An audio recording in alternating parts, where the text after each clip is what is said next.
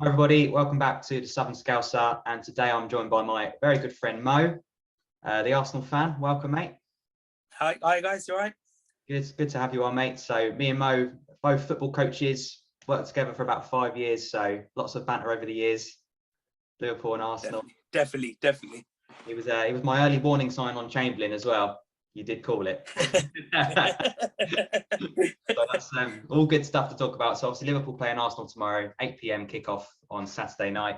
Lots to talk about, but I thought it'd be a little bit different to get an opposition preview on, and Mo absolutely knows his stuff, so he'll have lots to say, I'm sure, about the game. So just firstly, mate, I just wanted to get your feeling on just Arteta's reign so far, and how you feel it's gone up to this point. Yeah, no, I think he's steadied a very unstable ship. Very unstable ship, with the problems that we've had, not only with the squad quality, but with the chairman's changeovers, like the Raul Delaney issue, the Slen Mitletash issue, the fact that we didn't have anyone while Wenger was in charge to do the transfers. He's stabled it. I feel a lot more confident about our team and the future. The results aren't going great, totally hands up. The league never lies, but you can see a progression. I think that's it. If you can see something being put in place and actually an end goal, I think you're happy to wait it out. I think the patience, when you're being asked to be patient under the likes of Emery and towards the end of Wenger, when there's no end goal really in plan, I think that's the difference, certainly from the outside looking in. Oh, 100%. Like I always look at, I think the problem we've got as Arsenal fans is we've never been in this situation. You look at your Chelsea with the whole, before Abramovich, you guys before Klopp, United after Ferguson, we never have been in the situation. So we almost believe we have a right to be a top team. Yeah. We don't understand the work rate. Like I've seen a lot of podcasts and a lot of podcasts that you're in where Arsenal fans say that this squad should be a top 6 squad. On what basis? On what are you? I don't understand what you're basing it upon. If you're basing it upon our past, yes, we should be a top team, 100%. But we have to be realistic as Arsenal fans. And I think now the reality is starting to hit that the job is a lot harder than you'd think. Yeah, I mean, we could 15 years in a row. Were you in the top 4 or something like that, competing in? It was a given. Yeah. There was one point we could go top 4 having a centre back as a striker. We had the likes of Almunia, the keepers that were terrible, but they still got top 4. Yeah, and it becomes a sort of given that that's where you should be. That's not how football works. No, and I think we're now coming to that reality.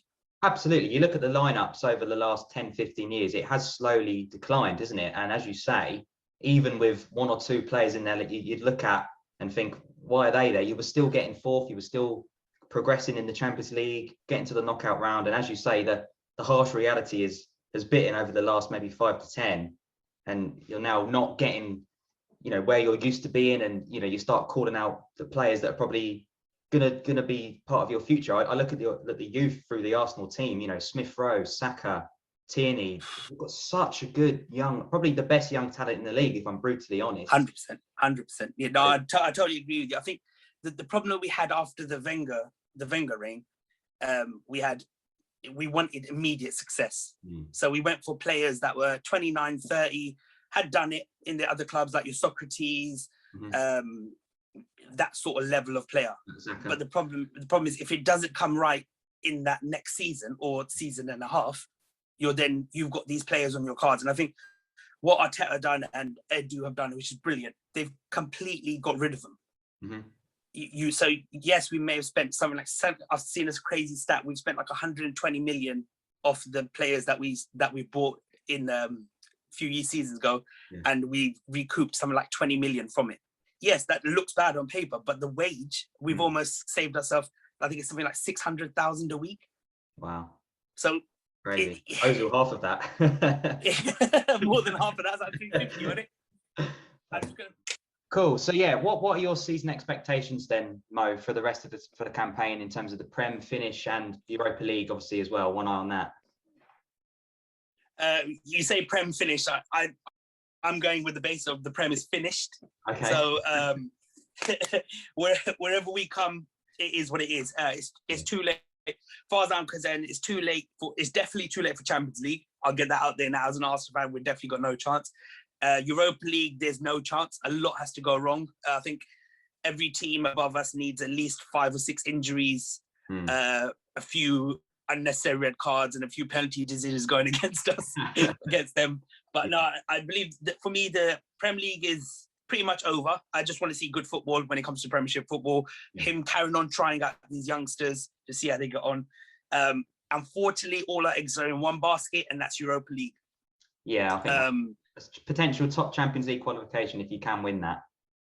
Yeah, I think it's harsh. It's a really harsh thing on Arteta, but everything hinges on that. If we win Europa League, I think then we get into the Champions League next season, and those top level players will then want to come to Arsenal. Yeah. If we don't win the Europa League, it's a hard task for any manager to convince, I'd say, a four-star rated player to come to Arsenal, because you're telling them basically you got a season without Europe, which isn't great.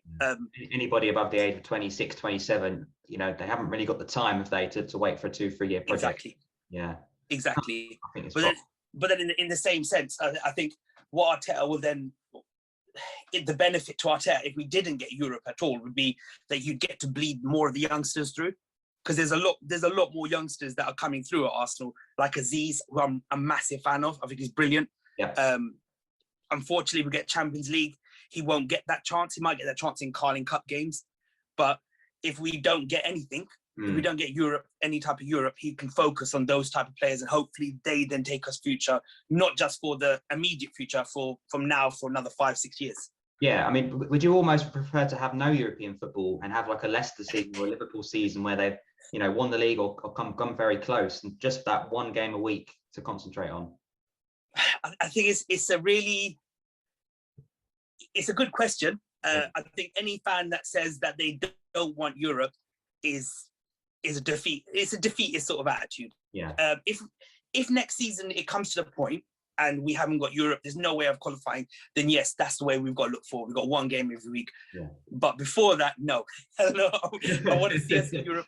I love watching Arsenal, and getting the chance to watch them at least 2 times a week would be fantastic. But at this moment, I'd say no, we need Europe. Next season, when the realization, if we don't get it, I mean, because there's still a potential of us winning the Europa League. So if we don't win the Europa League, I think then my opinion will change, and it will be that one game, prepping for that one game. Arteta having one game to think about every week would work, definitely. Yeah. No, I mean, just touching on that Europa League, then you've got, I think, Slavia Prague in the quarterfinals. Yeah, we've got Slavia Prague, yeah. And a potential rematch with Emery, with Villarreal. That could be tasty. What are your thoughts on those? Slavia Prague one, I think if we do our job, there won't be a problem. I think we're set up better than them. Man for man, we're better. I think we can do it. Unai Emery, no matter what club he's at, he's the man in he's always gonna, right? Yeah, you always want to beat your old employer. So I can see it being a bit of a banana skin. Obviously we have the potential to beat them. We're better. We are in my opinion, we are the better team. Okay.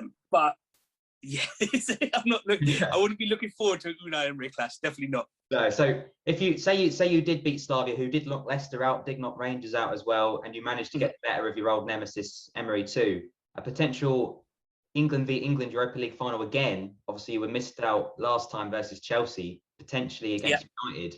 What would you feel with that one? Because you've got the better of them probably quite a lot lately, the last few matches since Ollie took charge there. I don't know what you're talking about, Adam, because I'm looking for us to play Granada in the final. I don't want to play. We're not. As far as I'm concerned, we're not beating Man United. No, I mean, if we do play United, it is. I don't know if Liverpool have ever played another English team in a European final, but it is the most heartbreaking thing when you lose to a fellow team, especially when it's a London team, especially when it's Giroud. It hurt a lot. If it comes to it, I think we can have a good game against United. It's a 90-minute match. Yeah. So anything can happen. I don't think we would make those same mistakes that we made in that last one with Unai Emery. It was shocking, absolutely shocking. Yeah. It wasn't good, was it? But no, it'll be good. But like I said, I'm anticipating Granada, so I don't know what you're talking about, an English final. You're hoping that side of the draw goes your way. I mean, obviously we managed to beat Spurs, didn't we? Obviously, last couple of years ago in the European final. So yeah, all good to see them. oh yeah, of course. Yeah, apologies. So, yeah. I don't know if you were kind of like playing that one off, or. No, I totally forgot about that.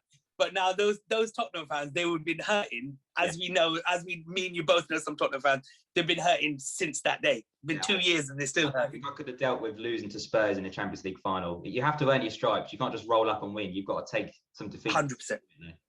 So 100%. And I don't think I'd be talking to you if you did lose to Tottenham in the final. If Liverpool response, if Liverpool responsible for Tottenham winning a trophy and it being a Champions League final, I don't think I'd ever be on a podcast or anything with you. No, to be honest with you. I'd briefly, cut my ties. Briefly touching on Spurs, do you think they win the Carabao Cup this year? It's 90 minutes, anything can happen. The Mourinho effect in finals is a factor, but the way City are playing, the way City have dealt with the whole COVID, and the squad, to me it shows you can't. The way I see City now is whenever you watch them play, it's 12v10, not 11v11. They just dominate games so much. I can't see it. I can't see Tottenham winning it, but then Tottenham have beaten this season.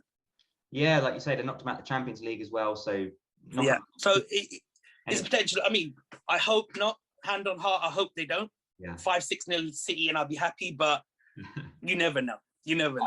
I agree. I mean, I agree with you. I think City could play two different teams and win that final. To be honest with you, in my opinion. Yeah. Obviously, looking back to Arsenal, transfers is probably going to be as you've said, depending on where you finish, depending on what happens next year.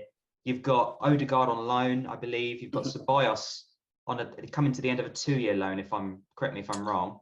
It's 2 1-year loans. 2 1-year loans. So 2 1-year loans. Yeah. Okay. And obviously you've got the likes of Aubameyang. Has he signed a new contract yet as well? Yeah. He signed one when the form started to dip. I think it was. Yeah. he signed one 6 months ago. So okay. Ceballos, he's doing the job. He's doing quite well at what he does. He's made a few mistakes, but again, I don't put it down to an individual player. I just think it's getting used to the way of play. Odegaard, I think, is absolutely fantastic. Not only as what he brings to the team in terms of his performances, he just seems to just raise everyone else another 5-10%. Yeah. Like that. The prime example is that game against West Ham. That second half, he was amazing. Everything was going through him. Everything was moving. So hopefully Zidane hates him next season as well. And then we get another loan and then we can sign him on a free, because I think he's only got 1 year left in his contract, if I remember rightly. I know they signed him at a young age, didn't they? So yeah, he was like the wonder kid, wasn't he? The wonder kid from Norway.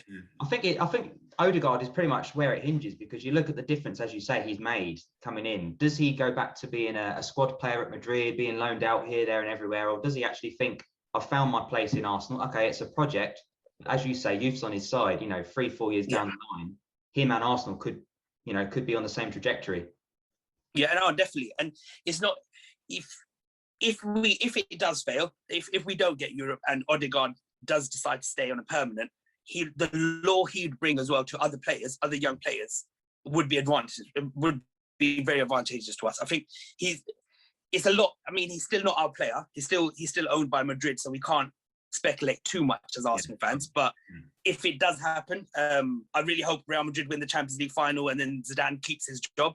Sorry, Adam, I know you're playing them on Tuesday, but I hope Zidane wins the Champions League final and then he can then turn around and say, I don't want Odegaard, and Madrid will follow it. If he doesn't win it, he gets sacked. Another manager comes in. You never know, that manager might see the beauty of having someone like Odegaard. Which, to be honest, I don't get how Madrid have not played him. He's absolutely brilliant. I mean, it's interesting. Obviously, it mentions Madrid because Liverpool got a massive tie coming up against them. And I look at their team and you think, okay, they've got Benzema, 33. They've got Kroos and Modric, 35. You've got the likes of Isco, Asensio, Vinicius, Rodrigo, that are all never quite made that step for me. I mean, they might turn up and smash us on next week, but they've always had that potential. They've never quite hit it. Isco is another one who, on his day, is one of the best players in the world for me. He's absolutely outrageously good, but maybe he turns up once every 2 months. So I'm sure that will be at Anfield this week. But do you think they need to start looking at the youth? Ramos as well. I think they are, but the problem you have when you're such a caliber of club, when you're Madrid, who, let's face it, are the best team in Europe, hands down the best team in Europe, you have to start to bleed in. Like, they've got Rodri, they've got Vinicius Junior, so they're, and Mendy as well on the left back. They are bleeding them in, but the problem you have is you don't have that transition phase at Madrid. If there's a transition phase, you're getting sacked. There's no two ways about it. You're getting sacked. And that's the way that club is. So I think the problem they have is because if you look at Modric and Toni Kroos, for example, I think they have a combined age of about 79. Amazing footballers. Yeah, they're both amazing footballers. They're world class. They can change a game, no problem. But the thing is, if you take out Toni Kroos and you put Odegaard in there, the only thing you're ever saying is Toni Kroos would do better. Toni Kroos would have done this. Toni Kroos would have done that. You are not looking at the fact that next year Toni Kroos might do his hip in and he won't be able to play ever again. You always look at the immediate when you're Madrid. Yeah, but I agree. I think you've got almost the fact that Kroos and Modric are probably at the end, but not quite over the hill. And you've got Odegaard, who's probably could do with another loan season probably next year at Arsenal. Do well, but not too well, so they don't want to call him back. So obviously, so Odegaard would be probably your first choice signing. Is there any other positions you feel that you're really lacking at the moment? Odegaard, most definitely. I think Cam is important. I think the youth coming in, I think they will fill a lot of positions. Emile Smith around the left, or Cam, Saka, left, right, back, centre back, whatever possession you want to play Saka, he'll do everything. He'll do that amazing job for you. Defenders, I mean, we've got Salah still alone, who is sort of going under the radar. I think he's brilliant. I've been watching him quite a lot. Mavropanos as well, who's doing really, really well. I would say another 2 or 3 signings. I'm not going to say who, because it's probably going to come back to bite me, because they'll end up probably joining Tottenham or Liverpool or someone like that. But there's a few signings that I would like. But for me, it's all about youth now. I don't want us to see us sign another 29-year-old or a 30-year-old who's at his prime. I want to see youth come in, bunch of potential players, and Arteta just mold them together. I think the likes of Willian and Cech just buying Chelsea's granddads, and link with Aguero as well this week, who Arteta's distanced himself with. I think you're right. I think you've got Aubameyang, you've got Lacazette. You've already got some players that are starting to hit the 30s. I agree. The Arsenal youth team, as I've said, is the best in the league. If you can buy 1 or 2 from clubs in and around you, the best of the rest kind of thing, I think surely next season top 4 has got to be the aim, right? Yeah, 100%. I've been saying this for quite a while now. But the FA Cup was glory, like brilliant. It was amazing for Arteta for his 5 months in. He wins the FA Cup. Really happy for him. This season is almost a test. It was, for me, it was a free run for Arteta. Honestly, it was.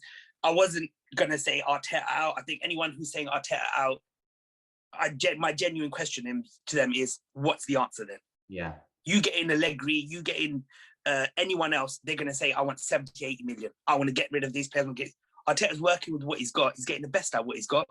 And you see quotes like Kieran Tierney saying about how Arteta, he's a genius, and how he helps him and how he's built his confidence up. Yeah. Tierney's only been here for 2 seasons? Not long at all. Yeah. He's been injured for like half of that as well. And he's praising him. That even like David Luiz, I know he's not the best defender in the world. I'll put my hands up to that. Bit on what we got at the moment. what he brings to the team is that stability and just that confidence of the young players, knowing that they've got him there. Yes, he's going to make mistakes, but David Luiz is not going to be here in 3 years' time. True. Willian, unfortunately, he's got a 3-year contract, so he will be here in 3 years' time. But that's a different story. Yeah. That was another one. I think, like you say, like we mentioned before, you see the project going, but eventually, as you say, it's a results business. So next year, you think is the year where Arteta's going to be fairly judged after a summer window, yeah? Yeah. I mean, if he doesn't get top 4, it will affect us 100%. It will probably put us back another couple of years, but I just want to see us challenging next season. I don't want to go into a game against Burnley thinking, right, we've got to score 3 goals before they score 1, otherwise they're going to win it. Yeah, sort of thing. We'll have that confidence. I believe we'll have that confidence anyway. I think Leno, who for me is highly underrated. He's got such a poor team in front of him, and he's still it's never easy. You're left alone, so you're sort of sitting duck in effect. I mean, you signed Partey, didn't you, to be I'm assuming a central defensive midfielder of world-class ability, and he's not really got going. That's not really his fault. It's been injuries here and there, but I think if you go into next season with Partey in form, Tierney obviously carry on where he's got. You've got another 6 months of these youngsters coming through, and as you said, 1 or 2 signings. I don't see why you can't be challenging like Leicester are this season. 100%. I mean, the thing what people forget is Pepe. Now, last season, Pepe was the worst player in the world. Arsenal wasted 70 million. This season, he's just going under the radar, but he's getting assists, he's getting goals, he's changing games. So, same thing with Partey. This season, it's hard for a player who's done, 7-8 years in La Liga? 7-8 years in La Liga. He never got injured. I've seen his injuries. It's insane. He's never got injured. I think he had something stupid like his worst pass completion rate was 75% average in one season. The rest it was 80 plus. So when the next season comes, I'm expecting a hell of a lot from Partey. Injury wise, he's now ready for the Premier League, in my opinion, next season. Pepe, again, next season, I think we're going to see the best of him. I agree. Really excited about Pepe. I agree. I think you've got the basis there to really challenge. You're still, I mean, you've been 2 or 3 players away probably for 10 years, haven't you? There's always But I think, if the recruitment's right, Arteta seems to be getting rid of the deadwood, as you've said before, bringing, getting that wage structure down, and then you can actually go and look at 2 or 3 targets and actually compete. Because this market is a strange one. You've got FFP as being relaxed, it seems, with the Spanish teams in debt. That seems to have been. Where's the logic? Where's the logic? There's no logic. So it's obviously we're still in a pandemic, so who knows? Some clubs are going to just go crazy. The likes of Haaland are going to be on the move, but I think you've got to be clever, haven't you, in this market? The likes of we bought Jota. He's not necessarily a well beater, but for us, he probably starts tomorrow. Yep. So I think with Jota, I don't know if it's just me looking on the outside. I think he's a brilliant footballer. Brilliant footballer. I think you haven't got the best of him yet. And again, it could be that transition of Wolves going from Wolves to Liverpool, which every player has to. Only a few players get away with just hitting the ground running, like your Haaland. But I think with Jota, I think you've got one hell of a player, and he's 24. He's not very old, 23, 24. He's got loads of years ahead of him. He's got loads of years ahead of him. Style as well, doesn't he? He's high press, high energy, and he can play anywhere across that front three. Fantastic. He's fantastic. So looking on, obviously we mentioned Jota. What are your thoughts on, just quickly, on Liverpool's season so far? Obviously it's not been quite what I would have expected, or probably outlookers as well. As an Arsenal fan, last year we were happy when Watford beat you because you stopped that invincible rate. Yes. I think the best way I can describe Liverpool, the way I see you guys, is you're like a very, very finely tuned car. When everything's going, no one can stop you. No one can stop you. You're going to dominate everything. But as soon as something goes wrong, like your rear window lights go, if sensors go, your reverse parking sensors go, your forward parking sensors go. In your case, your whole front bumper went when Van Dijk left. Very true. Because you still play that way, of a finely tuned car, you're getting caught out. If I was a Liverpool fan, I wouldn't be disheartened too much. I'd see it as the following season. That's when everyone comes back, get a few more signing ins, and you're not far off. Obviously, City looked like they're miles and miles ahead, but then you did the exact same thing last season. You looked like you were miles and miles ahead, and I was thinking City needed another 6 players to catch up to you. When it wasn't, it was a couple of players and injuries.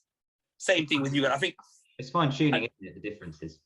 Yeah, and I know Firmino from a lot of Liverpool fans gets a lot of stick that he's not doing his part and stuff like that. But again, if everyone around him is not doing their part, it's hard for him to do it.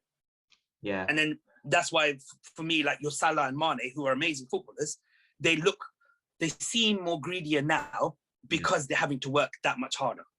Because everyone's around and not doing it. The goals just flow naturally, don't they? And easy. Putting Firmino back in midfield, I think, was the one for me. Since we've done that, we've stopped the slide, the horrible slide that we've been on. All right, you say you've got Kabak and Phillips back there who can't play as a high line and in a finely tuned way that we've been used to. But I feel that Fabinho in front of them, they seem to have dropped back, and rely more on the Championship style of defending, of big, be strong, head it away.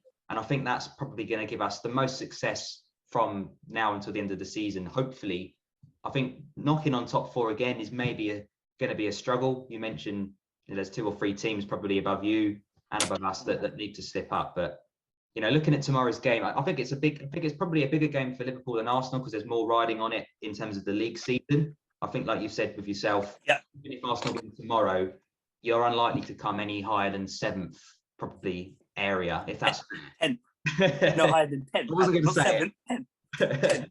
So yeah, you don't need to be nice. You don't need to be nice. Be honest. Yeah. But looking into the match prediction, what's your Arsenal lineup prediction? Are you going with the back 5 or? I think he won't change what he's got.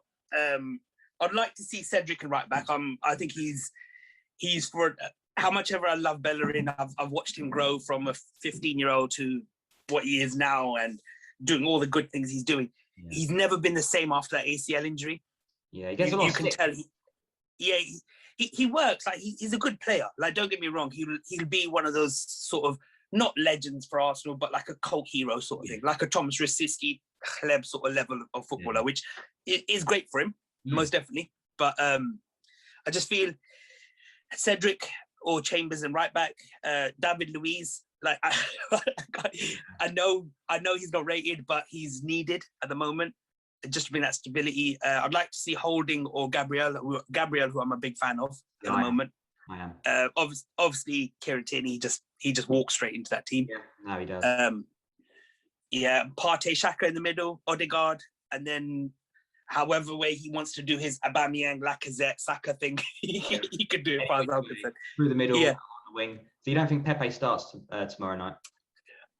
I think what he's doing with Pepe is he's giving him just a taster. He's giving him a taster of what he can go for, and I think next season's when you're going to see him in the starting lineup more often. Okay. In my opinion. Alba or Laka miss out for Pepe to come in next season, or just more of a rotation? See, if you would have said to me 6 months ago, I would have said Laka out, Pepe in. But now Laka's actually playing as a number. It's not even that. It's his team play, his link-up play. He's running into space to allow other players to get into it. Almost like what Firmino did last season.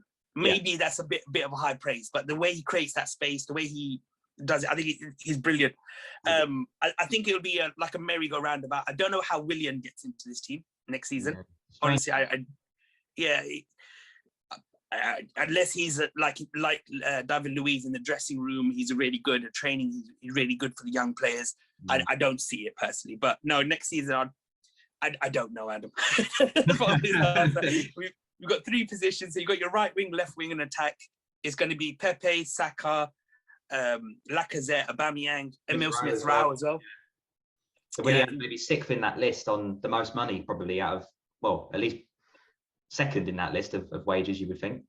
Yeah, 100%. And I think what Arteta's doing by putting Willian and Pepe, not starting them, I think what he's doing to them is he's making them see the level they've got to be. Like, no one's questioning Willian's ability. Last season, when he was at Chelsea, I think he scored something ridiculous, like 12, 13 goals. I know 99% of those were penalties, but he still played at a really good level. Pepe, the same. He's always shown that he's got the ability, but having the likes of Saka on and Smith-Rowe and Aubameyang just shows them that you've got to be that much more. And I think that's what he's trying to do with them.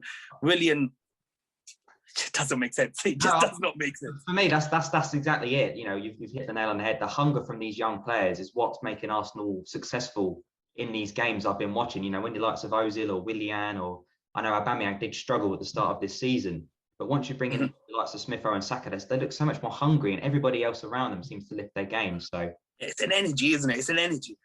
You're playing for the club, and then that's the most important thing. I think last couple of seasons that started to fade. Having that hunger to play, and now with these young blood, like you're saying, with the young bloods coming in, it's really helping. The only one problem I have is I don't see how Maitland-Niles and Willock could get back into this team. Yeah, it sounds harsh. It sounds really harsh, but I just don't see how. Because Maitland-Niles, he's made it clear so many times he's not a right back. He said, come out and said he's a centre mid. He's a centre mid. He's a centre mid. So does he fit into our centre mid? I don't know. Were we even right? Were we wrong to not sell him for 20 million when we had the chance to Wolves? Yeah. It's one of those. I think there's some big decisions to be made this summer, isn't there? Of even the youngsters, who's good, who's not, who do we bring in, who do we not? I think that Arteta's got his hands full with. He's definitely got the obvious ones out. He's got the Mertezakers, the Mustafis. You know, he's moved them on. Socrates, but yeah. Well, Mertezakers been out for a while. Moved up. Yeah. Mustafi. Okay, moved up. Yeah. Football Academy. Yeah. So just the last thing to touch on, mate. Score prediction for tomorrow. I'm not going to sit on the fence. There will be a winner. The winner will be Arsenal or Liverpool. No, I think if it goes to Arteta's plan, I think we win 2-1.